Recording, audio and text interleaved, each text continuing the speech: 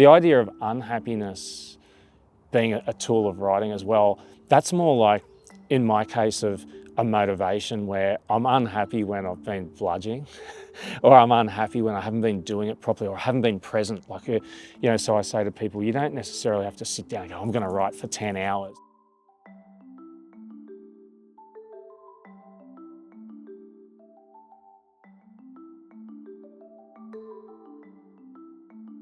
Hi, I'm Markus Zusak, and I'm out in the park with my mate Frosty. I'm a writer, but as people in my family say, writing seems to be a bit of a side hustle. They think I'm not working, but I am usually working, and if I'm not working, I'm out with this bloke, and we have a pretty good time, and yeah, that's a pretty happy part of every day, except when he's naughty. I really like the physicality of dogs, and I like the sort of raw truth of them and how they love you, and they really show they love you, and it's a physical thing. Like, they'll come up really close to you and they'll rub right next to you, and you feel all that kind of, in the case of my dog, that real bushland of fur. And I really like the breath and stink and eyes of a dog, and the ears and everything. I love all of that. So I think it's an emotional thing, but I think it's something you feel kind of viscerally, and that's what I like a lot. So that's why I've always had dogs in my life. What I love about Frosty is he's come a long way, and what I like to say to people now is he tries hard. He tries really hard, but he was almost uncontrollable when we first got him. He was a year and a half old. He'd been in and out of pounds and things like that, and so we had him literally for 2 minutes, and the people said, "Do you want to send him back?" And we just went, "We can't.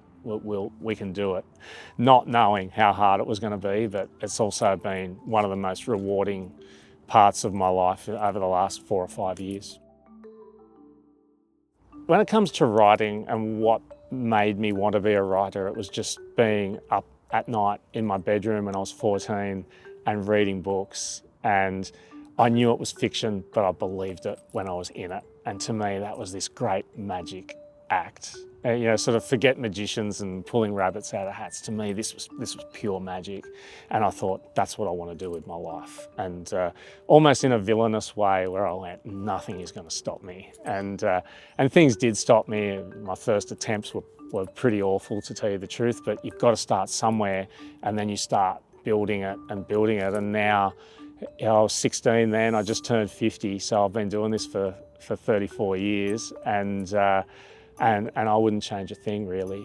Even projects that have taken 13 years for me to write, and people have said, "God, that must have been hell." I sort of go, no, but I still wouldn't have it any other way. I've got no regrets. In terms of happiness feeding into my writing, I don't really think of it that way too much. I mean, writers are really only happy when they're miserable, or at least portraying that they're miserable. For me, it's like I live in two different worlds. I live in this world with everybody else, and then I live in this other world that I'm trying to create. And I'm happiest when I know I've done the work and I've been near it enough and gone back to it enough that I can wake up in the morning, roll out of bed and land in that world.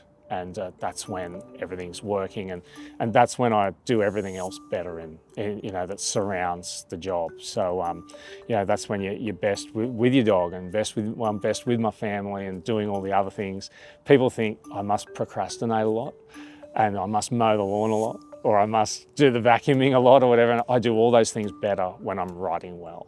And so I think it feels like that's what I'm supposed to be doing, and that's when I'm at my best.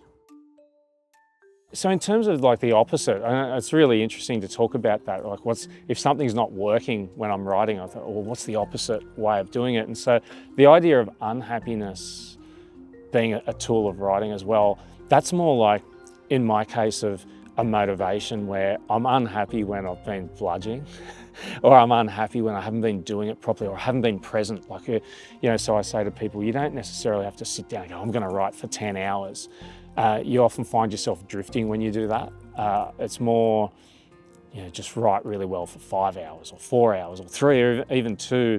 Being present is the most important thing. And I'm really only unhappy when I feel like I'm taking shortcuts. And And other than that, you can have really unproductive days, weeks or years, but if you've been doing the work, it all kind of, you know it's all going to come together at some point.